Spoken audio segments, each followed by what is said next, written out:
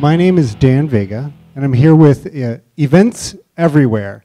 And we'll talk about what that is, but first I'd like to thank my awesome team. All these guys over here, stand up. And I tell you what, it's been a pleasure to talk with them and work with them, and a pleasure to be here, and thanks for the judges for being here as well. So here we go. So have you ever been to an event and been able to not find a thing?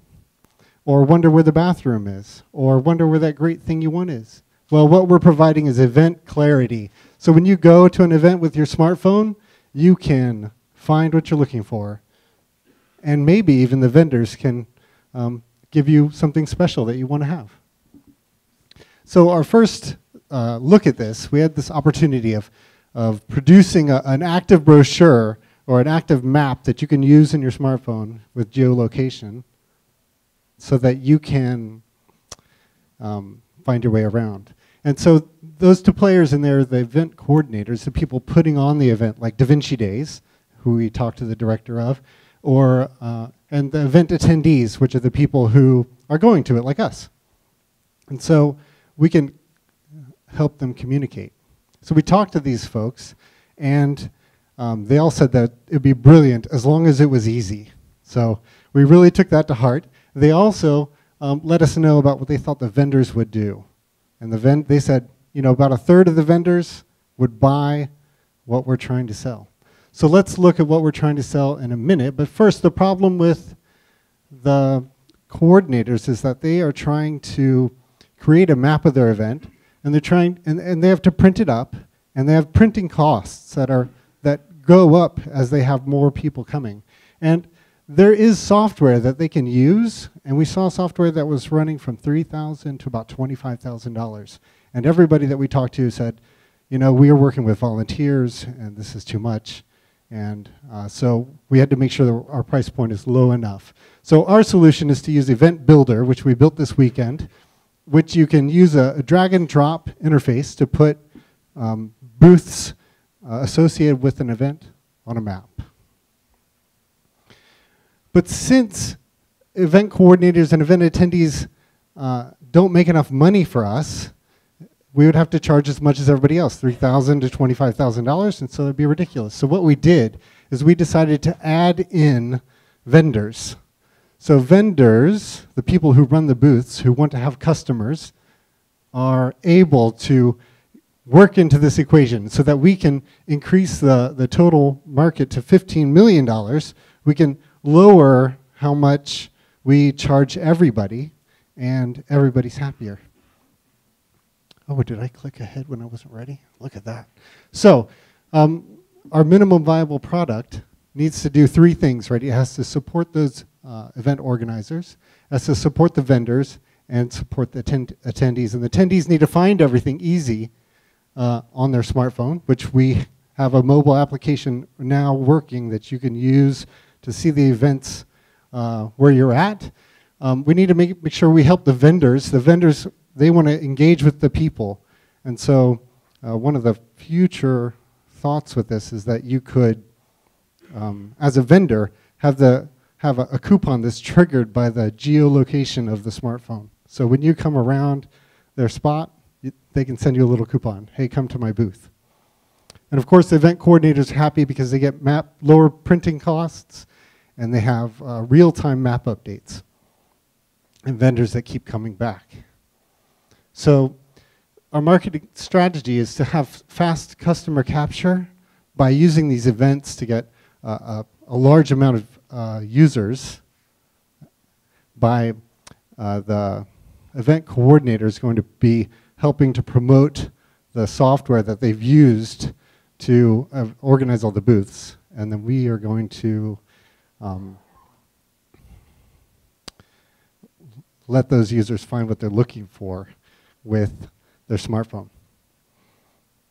Once they've done that, say we did Da Vinci Days and they have 30,000 people who've come through, or 20,000 people who've come through, they're going to want to keep using it. In order to keep using it, we're going to invite in vendors surrounding the events to participate in the market, so that once you leave the event, you can also find out what is going on around you, say, on Monroe. So if we look at our, ooh, thank you.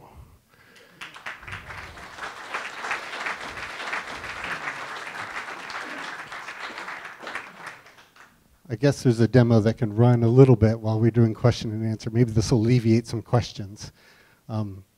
We have events that can drop in real time. You can create those events, and then when you go to a viewer, you can view the events either on the desktop or on a smartphone interface, and you can get details and links to the vendors. So you're describing one of the event and retail brass rings. There's a huge amount of effort in the industry going on in this area. How can you convince me that you've got freedom to operate and you're not infringing on someone else's intellectual property?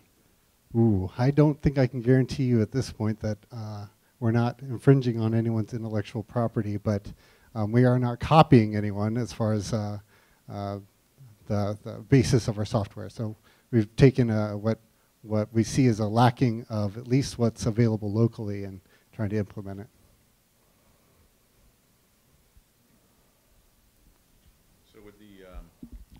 So with the vendors, so their interaction with the solution would be also through their smartphone?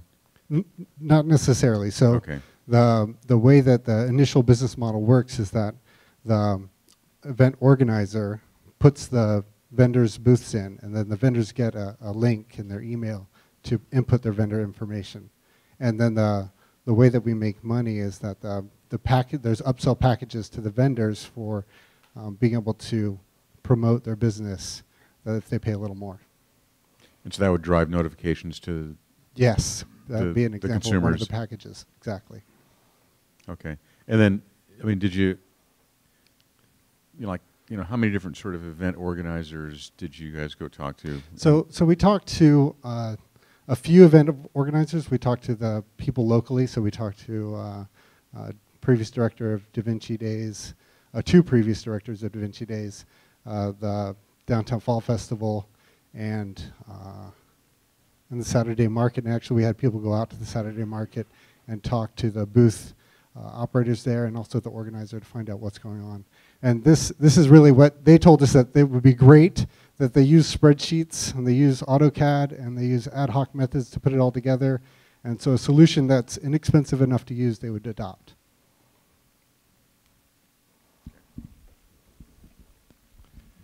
Presumably the smartphone user can have levels of opt-out.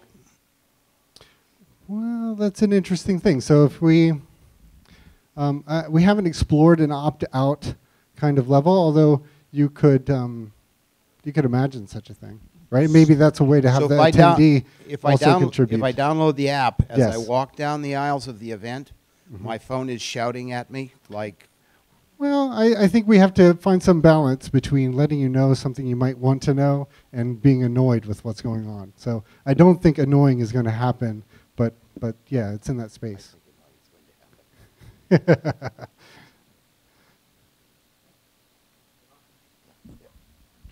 So did you talk with any of the vendors at the end, or you talked to, yes, did you validate your pricing, and what would they be willing to pay for this? So actually we approached the vendors, not only brick and mortar vendors, but also vendors at the fair, not the fair, what is it called? Saturday Market, yes.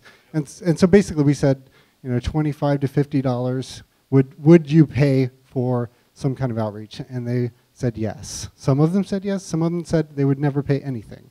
And so when we talked to the directors, they said that they had a feeling that a third of vendors would pay for increased awareness, and that $25 to $50 sounded about the right range. How does that relate to what they pay to be there? The booth cost, the booth fee by the... I didn't get a booth fee. $500 for a festival? $500 to $1,200. Yeah. So, and really, they're there a lot of times for these festivals. It's all about making the money right then. So if they can add a little more to get more awareness, then I think they would do that. And they're not really just doing it for awareness with our software, but also for more visibility and better engagement. So one of the things that we'd like to do is add you know, a social layer on top of this. So you can go around booths and rate things that you've seen, and also you could find out where your friends are and things like that. And that would be in the next rounds or revisions of the software. You're also charging the main conference organizer, event organizer. Initially, yes, a small fee, around $200 is what we're talking about. Thank you, everybody.